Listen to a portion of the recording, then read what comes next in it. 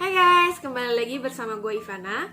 Hari ini gue mau sharing ke kalian alasan kenapa sih dulu gue kuliah ngambil bahasa Mandarin.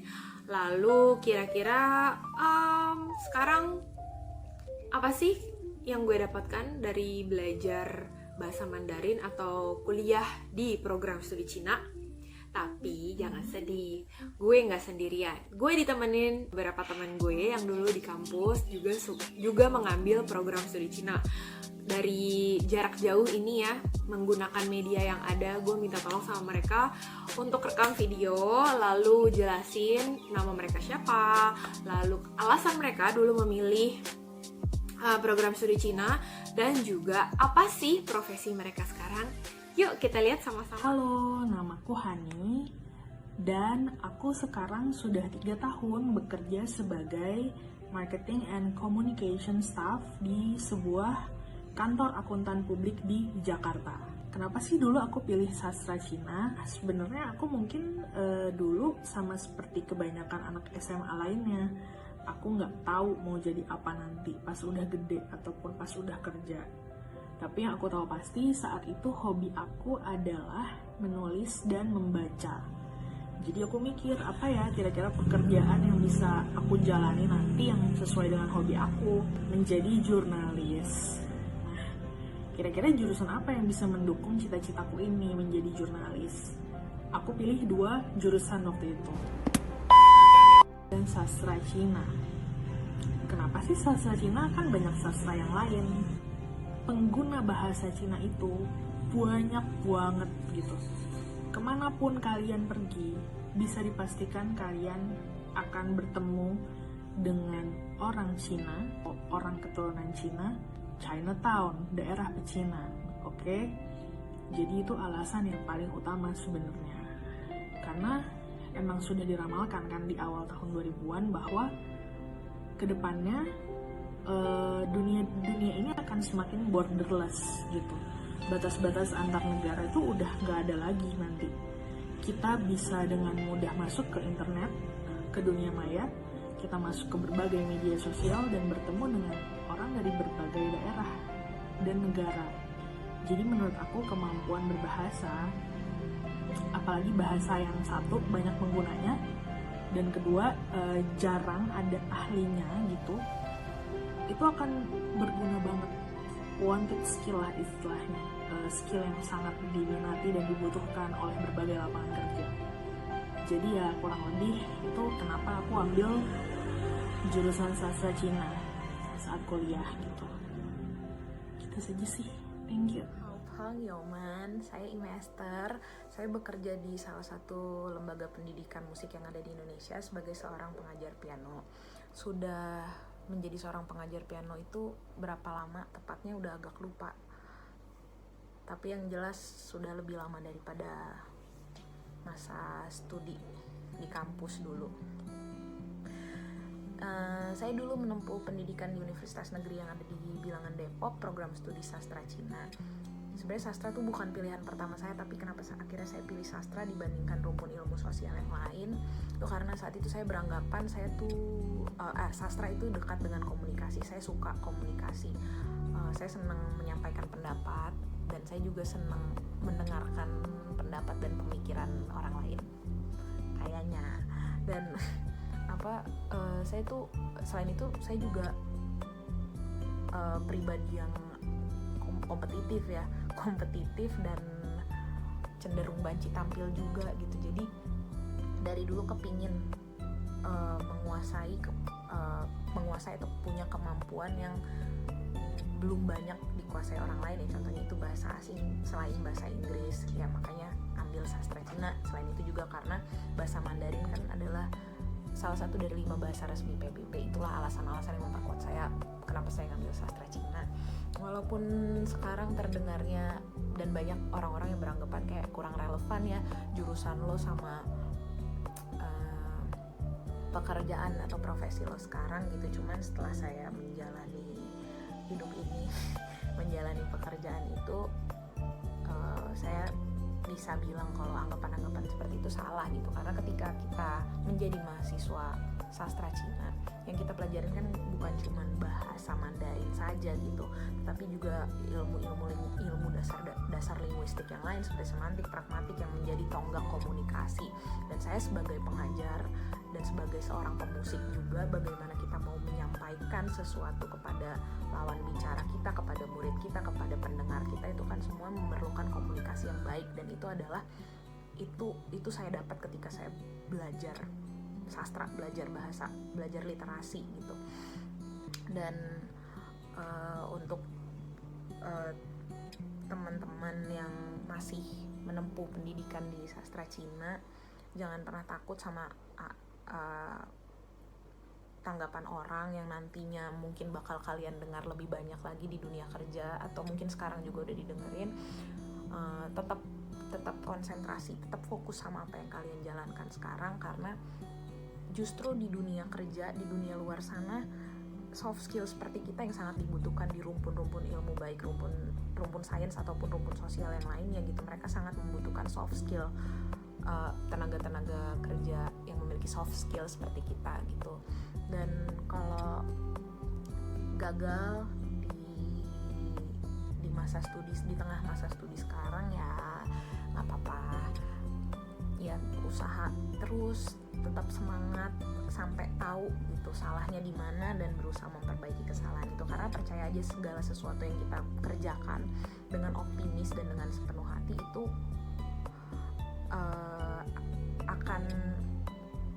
kita akan menuai kesuksesannya itu bukan dalam jangka waktu dekat gitu, tapi bisa 10 tahun mendatang, 5 tahun mendatang, atau bahkan bisa besok juga. Cuman ya harus sabar dan harus fokus, intinya gitu.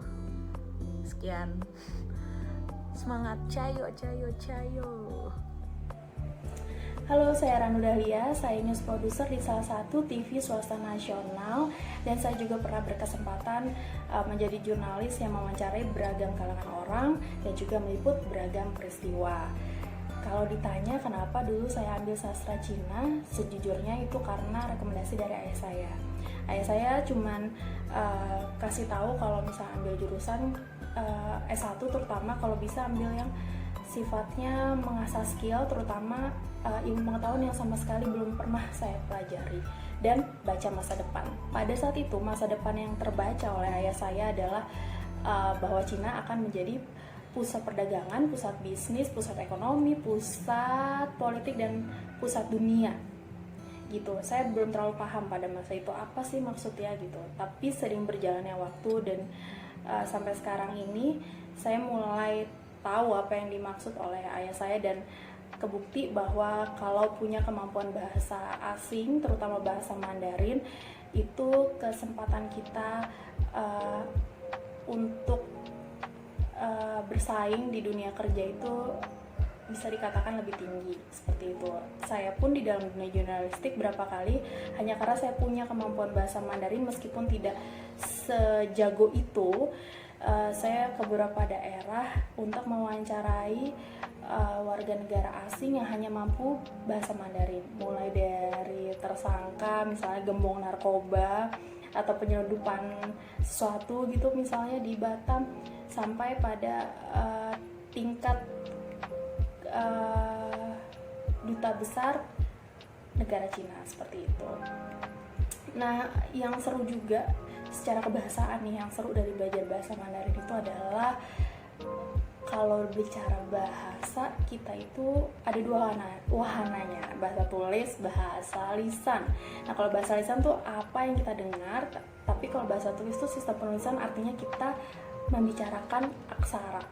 Aksara dalam dunia bahasa yang saya tahu itu terbagi 3, alfabetis, silabis, dan juga morfemis. Uniknya nih ya, Mandarin menjadi unik. Kenapa? Karena kalau alfabetis itu kan satu lambang, satu konsonan, satu vokal ya, satu alfabet itu. Jadi baru merangkai menjadi suku kata, kemudian kata menjadi kalimat. Nah, kalau aksara silabis, satu silabis itu terdiri dari satu konsonan dan satu vokal. Ini seperti bahasa Jawa dan bahasa Jepang. Nah, uniknya bahasa Mandarin itu aksara morfemis, artinya kalau belajar bahasa Mandarin kita harus mengingat beragam ribuan morfem. Sementara satu morfem itu artinya satu lambang, satu tone, satu arti. Nah, jadi belajar bahasa Mandarin artinya meningkatkan daya ingat yang luar biasa. Dan juga kemampuan seninya, karena saat menulis itu juga ada aturan-aturannya, guratan pertama, guratan kedua, atas ke bawah, bawah ke atas, nggak boleh sembarangan gitu. Itu serunya belajar bahasa Mandarin. Kemudian sejak tahun 2013 Cina sudah menerapkan kebijakan One Belt One Road atau prakarsa, sabuk, dan juga jalan atau inisiatif pembangunan global. Artinya Cina melibatkan pembangunan infrastruktur dan juga investasi ke 152 negara dan juga organisasi internasional. Ini kan kalau dibaca secara mendalam, sebenarnya ini kebijakan Cina untuk kembali memusatkan segala hal yang terjadi di dunia itu pada Cina. Seperti asal katanya Chungguo, Chung itu kan artinya pusat, Guo itu kan negara ya, jadi menjadikan Cina sebagai negara pusat seperti cita-citanya di masa lampau. Nah, tapi yang perlu juga ditekankan di sini adalah saya pernah baca jurnalnya Prof. Hermin tahun 2016 kalau nggak salah. Jadi seharusnya ketika kita warga negara Indonesia belajar bahasa asing, kita punya niat dan tujuan yang sama, yaitu adalah bahasa asing sebagai alat kita untuk membangun bangsa kita sendiri gitu. Jadi ketika belajar bahasa asing apapun itu, termasuk bahasa Mandarin, sebaiknya digunakan untuk membangun diri sendiri dan juga nantinya untuk membangun bangsa gitu sih. Jadi ya payung hukumnya itu yang tertulis dari politik bahasa asing dan juga kebijakan bahasa asing. Jadi ketika belajar bahasa asing, baik secara formal atau informal maupun apapun itu caranya, sebisa mungkin nantinya dijalankan untuk membangun negara ini. Karena basicnya adalah kalau misalkan negara lain bisa menjadikan dirinya pusat, kenapa kita enggak gitu. Saya selalu ingat quote bahwa dengan mengenal bahasa kita mengenal bangsa. Hai, aku Citra, aku business analyst di salah satu local consulting firm di Jakarta. Aku di posisiku yang sekarang ini udah 2 tahunan lebih kira-kira, dan karena pekerjaannya tuh project based, jadi setiap project tuh tanggung jawab dan job desk-nya bisa beda-beda. Untuk yang project yang sekarang, aku sedang building apps yang harapannya bisa menjadi salah satu banking apps yang paling inovatif di Indonesia. Nah, aku background study aku tuh di sastra Cina dulu S1-nya. Kenapa aku dulu ngambil sastra Cina sebenarnya agak unik bisa dibilang, karena sastra Cina tuh bukan pilihan pertama aku untuk pas kuliah. Itu pilihan kedua. Pilihan pertamanya adalah hukum. Aku diterima di UI di sastra Cina dan terima di hukum di universitas lain, tapi tetap pilih sastra Cina karena pertimbangannya dulu tuh aku emang suka belajar bahasa dan pengen banget bisa bahasa Cina gitu. Dan aku juga kayak ada keinginan untuk bisa nonton Chinese drama tanpa lihat subtitles. Terus abis itu juga aku dulu ngeliat tuh bahasa Cina tuh sebagai bahasa kedua yang paling yang most used gitu di dunia, dan adalah prospek bagusnya, dan dengan menguasai bahasa itu juga bisa menjadi added value dan competitive advantage aku gitu. Dan pas belajarnya itu ya memang lah dapat semua pengetahuan tentang bahasanya, tentang grammarnya, tentang budayanya, tentang sejarahnya, yada-yada. Cuman yang bener-bener ngebekas ke aku sampai sekarang itu mungkin periode aku di sastra Cina dulu itu adalah periode dimana aku belajar banyak tentang hard work, tentang work ethic, karena tanpa itu aku nggak bakalan survive, nggak bakalan bisa berhasil untuk kayak bener-bener ngerti gitu tentang bahasanya, karena butuh kerja keras banget untuk ngerti suatu bahasa, apalagi ini bahasa Cina yang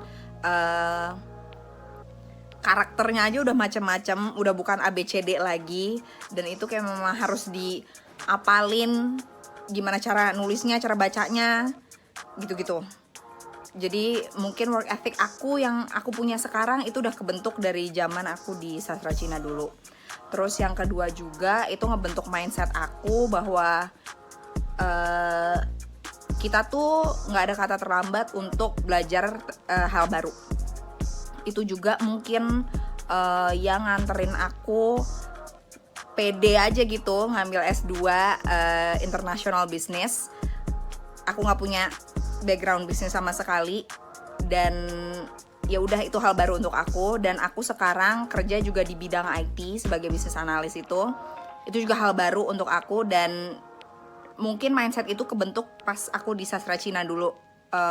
Aku yang emang nggak ada background bahasa Cina sama sekali, nggak ada kecuali dari Chinese drama ya. Ya udah mindset itu kebentuk dari aku zaman sastra Cina.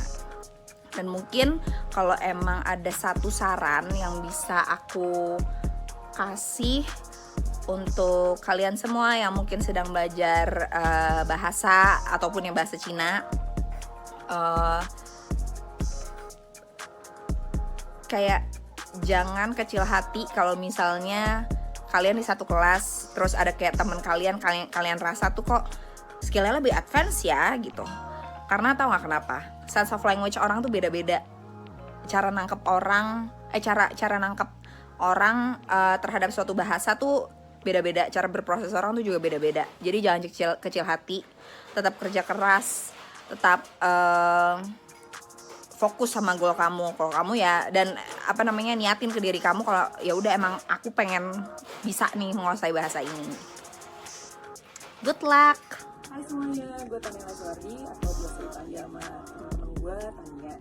Saat ini gue kerja di suatu perusahaan swasta di Global Development.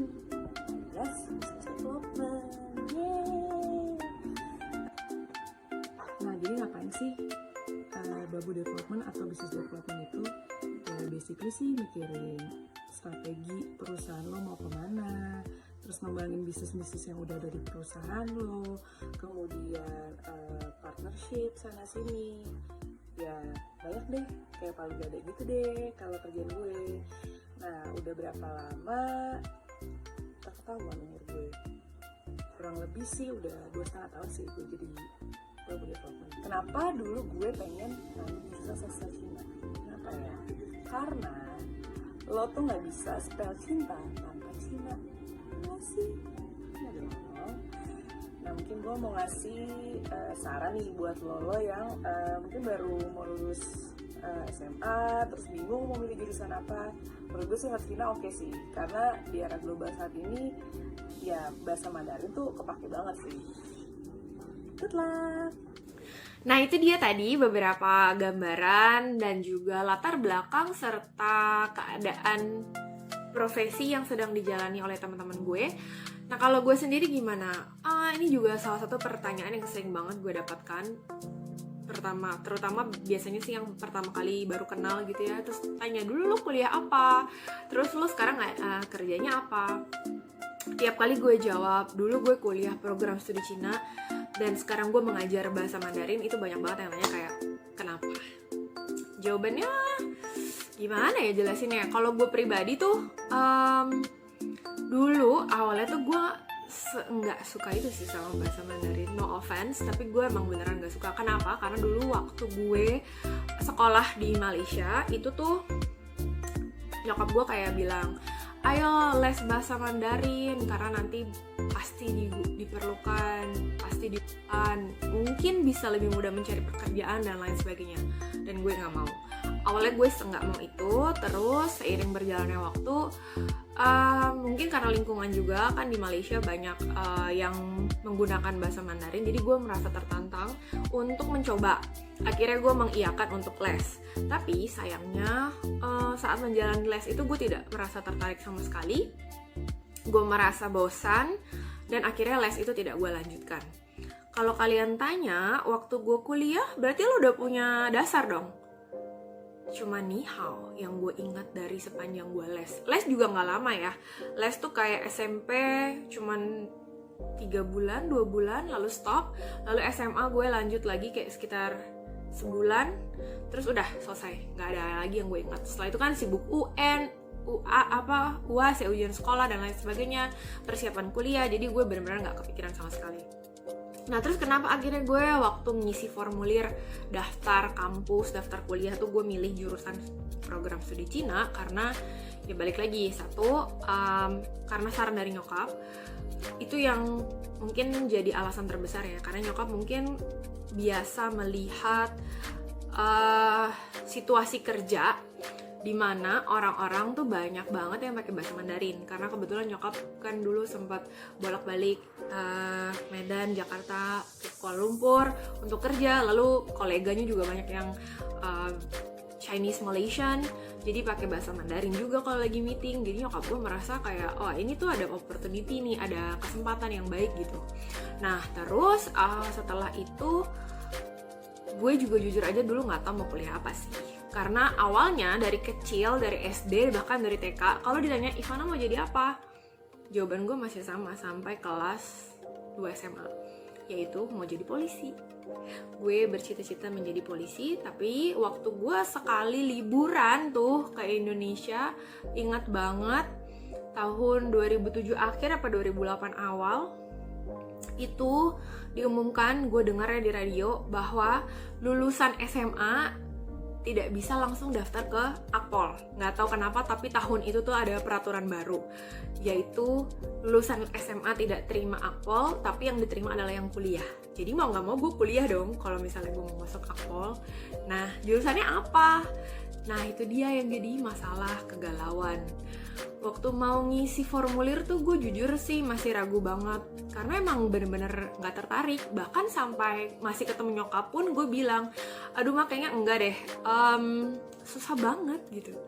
Terus nyokap kayak berusaha membujuk gue, memberikan gambaran lebih bahwa ini tuh sesuatu yang cukup baik, yang punya peluang di kemudian hari. Mungkin sekarang nggak kelihatan atau nggak berasa, tapi mungkin banget di kemudian hari itu pasti berguna gitu.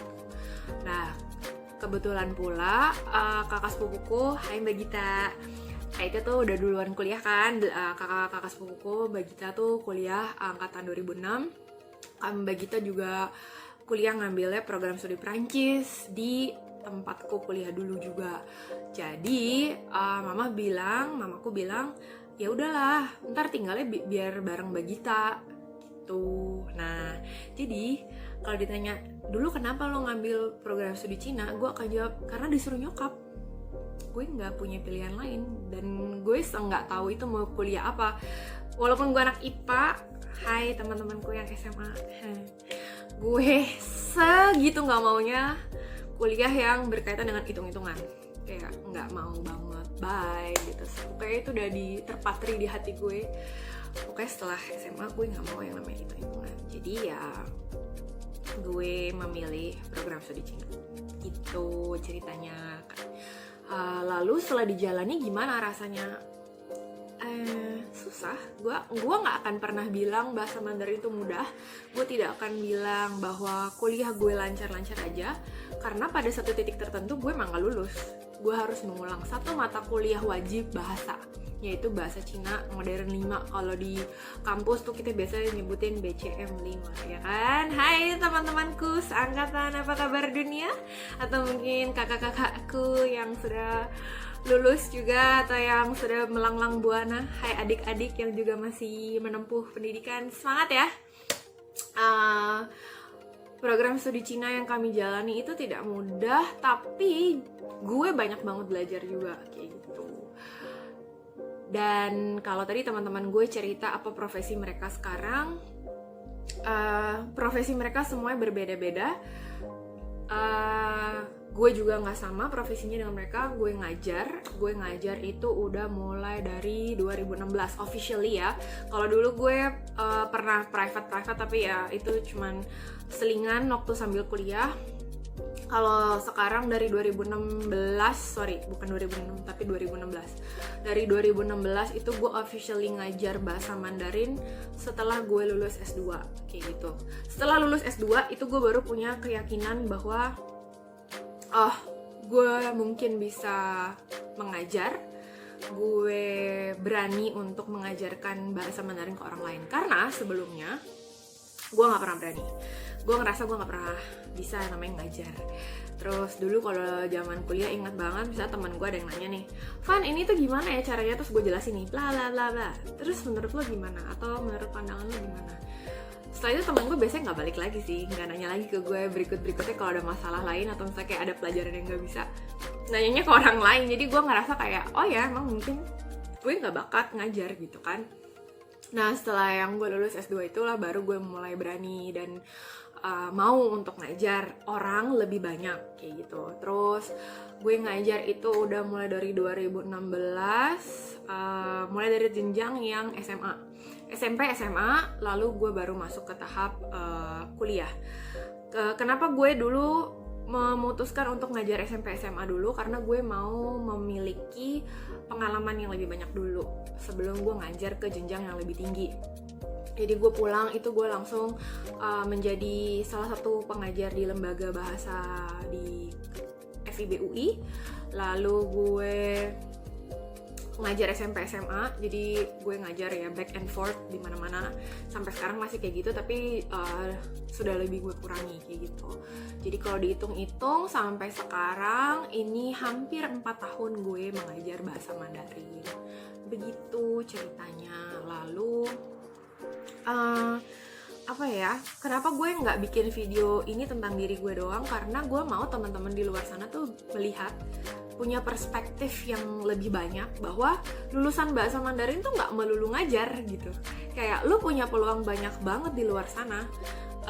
Apapun yang mau lo kerjakan tuh mungkin banget, tergantung lu mau jadi apa, tergantung lu seneng atau enggak ngejalaninnya, atau apa target lo gitu. Jadi tidak mematok lo, kalau ngambil bahasa berarti lo ngajar dong, lo cuma bisa jadi guru. Lo tidak, lo salah.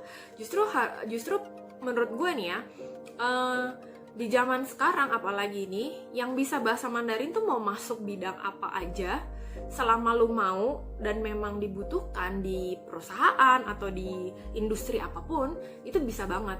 Kayak teman gue ada yang di bank, ada yang jadi reporter, bahkan ada yang jadi business development, ada yang jadi ASN, yang jadi PNS, itu juga ada. Jadi kayak ya tidak jurusan kuliah itu tidak membatasi lu mau jadi apa kalau menurut gue. Tapi ya balik lagi, kalau memang lu spesifik sekali cita-citanya, misalnya lu mau jadi arsitektur terus lu ngambil program studi Cina, ya itu kan udah gak nyambung ya. Ini gue tidak bicara konteks ke sana. Tapi kalau misalnya lu mengambil program studi Cina dengan harapan lu punya basic skill bahasa Mandarin yang sangat baik, lalu lu keluar ke dunia pekerjaan dengan begitu banyaknya pilihan, lo bisa melihat peluang di mana lo bisa berkembang, di mana lo bisa menjadi diri lo sendiri dan menghasilkan sesuatu yang baik misalkan. Jadi untuk yang masih kuliah, gue saran banget jangan pernah putus asa dan jangan pernah membatasi diri kalian. Jadi tetap serius belajar itu penting, tapi lo juga set goal ke depan lo tuh mau jadi apa kayak gitu. 5 tahun lagi lah minimal. Kalau dulu tuh gue cita-cita banget S1, gue cita-citanya nggak muluk-muluk kayak gue lulus harus langsung kerja, enggak. Justru kayak ya udah gue mau kerja tapi gue bertujuan untuk mencari pengalaman. Lalu gue kerja sekitar 11 bulan. Tapi dalam waktu 11 bulan itu gue udah tahu sebenarnya gue mau S2. Jadi disambari gue 11 bulan kerja, itu gue juga cari-cari informasi, gue mempersiapkan diri apa aja nih yang gue perlukan untuk mencari beasiswa S2 ke Cina kayak gitu. Jadi ya balik lagi sih sebenarnya impian lo apa dan apa yang mau lo cari dari hidup lo kayak gitu. Kalau gue tuh lebih ke pengalaman. Jadi pengalaman dan biasanya gue udah tahu goal gue apa. Nah, kalau gue udah tahu goal gue apa, yang gue pikirkan berikutnya adalah langkah kecil apa yang harus gue siapkan. Kayak gitu. Jadi untuk teman-teman yang masih kuliah, yang masih galau baru masuk kuliah, atau misalkan baru banget mau milih-milih jurusan, lo boleh mempertimbangkan program studi Cina, tapi ya ketika lo memilih sesuatu, pastikan lo juga siap dengan konsekuensi yang ada di hadapannya kayak gitu.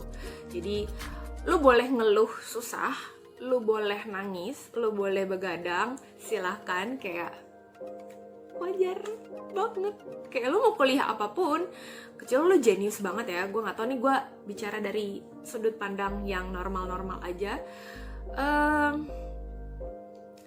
Ya semua akan terasa susah gitu. Maksud gue akan ada titik-titik tertentu yang rasanya aduh ini susah banget, gue nggak bisa. Tapi jangan pernah berhenti kayak gitu. Selalu pikirkan apa jalan keluarnya. Jadi yang lo pikirin bukan cuman masalah aduh susah banget, tapi lo juga harus pikirin apa yang harus gue lakukan. Itu pertanyaan yang lebih besar. Kayak kalau lo nggak bisa ya terus apa? Kalau lo cuma nyalahin, aduh ini susah banget, bahasa Mandarin itu susah banget, ya terus apa gitu. Lo nggak akan mendapatkan apa-apa juga, lo akan stuck, lo akan terdiam di satu titik kayak gitu. Jadi apapun jurusan lo, bahasa Mandarin kayak program studi Cina kayak apalah, lo pasti akan ngerasa susah deh, percaya sama gue gitu. Jadi cari teman itu penting, cari teman yang bisa diajak diskusi, lalu memikirkan bersama cara jalan keluarnya, atau mungkin kalau tipikal yang nggak bisa kerja kelompok gitu, ya lo secara pribadi harus cari jalan kayak gitu. Gimana caranya supaya lo bisa menemukan cara belajar terbaik atau metode belajar yang terbaik buat diri lo sendiri. Kalau gue ditanya metode belajar gue apa, dulu gue bisa kelompok, bisa pribadi, tapi gue harus dua-duanya. Jadi kayak gue harus combine. Pertama gue harus sendiri dulu, gue harus baca, gue benar-benar baca dulu sampai semuanya selesai. Bagian-bagian yang gue nggak ngerti gue catat. Terus ketika masuk ke dalam kelompok belajar teman-teman itu, bersama teman-teman maksud gue, itu gue udah bisa dengerin sambil ngeliat nih ada nggak dari jawab pertanyaan-pertanyaan yang gue catat itu dijawab sama teman-teman gue. Mungkin teman-teman gue lebih ngerti dan that's okay gitu. Justru ketika belajar bersama itu tuh memperkaya diri lo juga gitu. Jangan pernah ngerasa aduh minder kayak oh teman gue kok bisa gue enggak. Ya bisa aja dia membaca atau mungkin kemampuan membacanya lebih baik dari lo. Ya apa yang lo bisa pelajari dari itu kayak gitu loh. Kalau gue sih dulu kayak gitu. Jadi memang harus ada beberapa hal juga yang lo korbanin. Kalau dulu gue mengorbankan waktu bersama teman-teman gue yang biasa main sama gue di kampus, tau lah kayak gimana. Gue Sabtu Minggu tuh biasanya nggak mau diganggu karena itu adalah waktu gue belajar. Karena gue tahu apa yang harus gue siapkan untuk minggu depan kayak gitu. Minggu depan tuh maksudnya seminggu ke depan ya, bukan cuman buat hari Seninnya doang. Jadi seringkali gue melewatkan waktu untuk berkumpul bersama teman-teman gue, bahkan sama keluarga gue juga. Jadi ya memang kadang-kadang untuk mencapai sesuatu, ketika lo punya goal, ketika lo punya tujuan, memang harus ada prioritas. Jadi yang mana yang lebih lo prioritaskan kayak gitu. Karena waktu itu gue lagi kuliah dan gue tahu gue harus lulus, gue harus ngerti, gue harus bisa. Jadi gue lebih meluangkan waktu untuk belajar. Tapi kalau memang gue yakin, ya ada catatan nih, kalau gue yakin gue udah bisa, gue ngerti selama kuliah nggak perlu diulang lagi, nah itu gue berani tuh free main.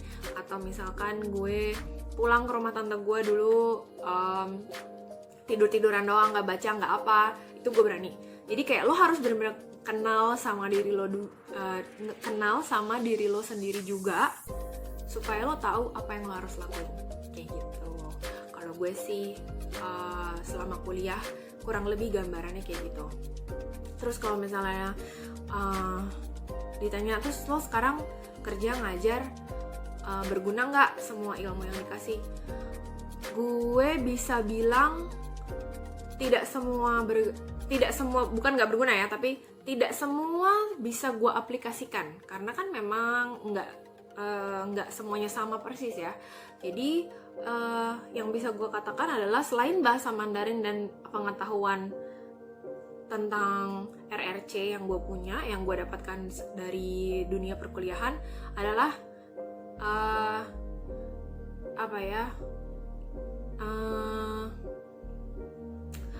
cara lo bekerja. Kalau di kampus gue dapetnya itu. Jadi bagaimana lo bekerja itu tuh ngerasa banget ditempa di kampus. Gimana lo berhadapan dengan dosen, terus bagaimana lo bisa berkomunikasi dengan baik bersama teman-teman, terus bagaimana juga lo menghadapi masalah, bagaimana lo menyelesaikan masalah, bagaimana menjadi atau mempersiapkan diri masuk ke dunia profesional. Itu banyak sekali gue dapatkan dari kampus saat belajar kayak gitu. Jadi dunia kuliah gue tuh memang nano-nano lah rasanya.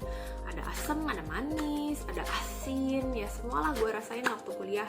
Tapi tidak ada yang gue sesali karena pada akhirnya sekarang gue merasa di dunia pekerjaan pun memang itu yang dibutuhkan, terutama grit, kesungguh-sungguhan lo untuk melakukan sesuatu, kesungguh-sungguhan lo untuk mencapai sesuatu dengan cara yang baik tentunya. Itu tuh diuji banget waktu gue kuliah. Jadi waktu sekarang kerja, tiap kali gue menemukan satu kesulitan, itu gue bisa menghadapinya dengan cukup baik kayak gitu. Dan itu semua gue dapat pengalamannya dari kuliah. Nah, gitu kira-kira gambarannya kenapa gue ngambil program studi Cina, lalu apa profesi gue sekarang, dan juga tips-tips untuk teman-teman yang lagi belajar bahasa Mandarin atau sedang menimbang-nimbang gue kuliah jurusan apa ya gitu. Ya tadi sharing dari kami dari jarak jauh ini selama social distancing ini. Dari rumah masing-masing kami mencoba untuk memberikan gambaran, memberikan perspektif pada teman-teman yang masih kuliah, dan juga semoga bisa jadi motivasi untuk kalian yang masih kuliah dan mau mulai bekerja. Oke? Ingat bahwa segala sesuatu itu pasti ada kesulitannya masing-masing. Jangan pernah putus asa. Cari solusinya. Ingat, kuncinya ada di sana, di mencari solusi. Lalu kalau misalnya kalian merasa, aduh ini susah banget, gue udah gak tahu lagi harus mikir kayak gimana, atau misalnya kayak benar-benar udah gak tahu harus ngapain, cari temen yang lo bisa percaya dan bisa diajak berbagi. Karena ya kita kan manusia biasa ya, masih perlu untuk pause atau berhenti sejenak, ungkapkan apa yang lo rasain, dan setelah itu mudah-mudahan bisa berpikir lebih jernih lagi. Oke, gue rasa untuk sharing hari ini cukup sekian.